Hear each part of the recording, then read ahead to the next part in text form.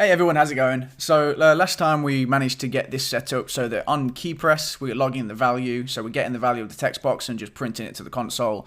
Now let's keep the ball rolling on this and keep this going. We're making some good progress. What we're going to do underneath that is now get the submit button, and then we'll enable it or disable it based on this value here. So what we'll do is we'll say var submit button equals, and then the ID of the submit button, if I go to mixins, was submit post button. So we're going to copy that, and I'll put that inside a jQuery object like this. So # submit button, and we stored that in a variable. Now underneath that, we'll just enable or disable this button.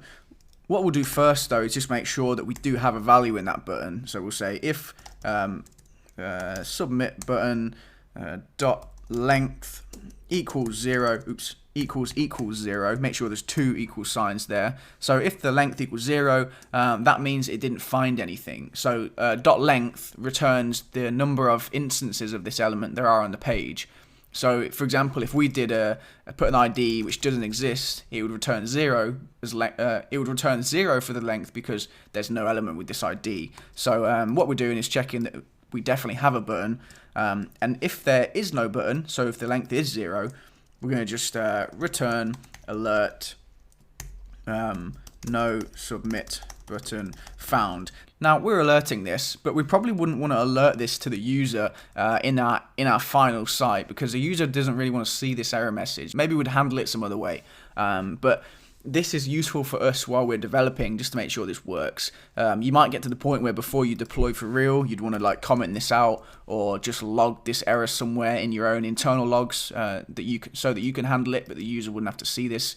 But yeah, we're going to alert it while we're developing, just to make our lives a little bit easier if things go wrong. Okay, so we should have the submit button, and we know that if we get to this part down here, we definitely do have it, because if we didn't have it, it would have ended the execution right here. So what we'll do is a very simple if statement. We'll just say if value equals an empty string, and remember value contains the value of the text box after it's been trimmed. We'll say submit button dot prop, which sets a property, and we're just going to set the disabled property to true. So if the value is empty, set the disabled property to true. And then we'll also return after that, return, and then underneath that we will just say, actually we'll copy and paste this line again, but just change it to false. So change that to false.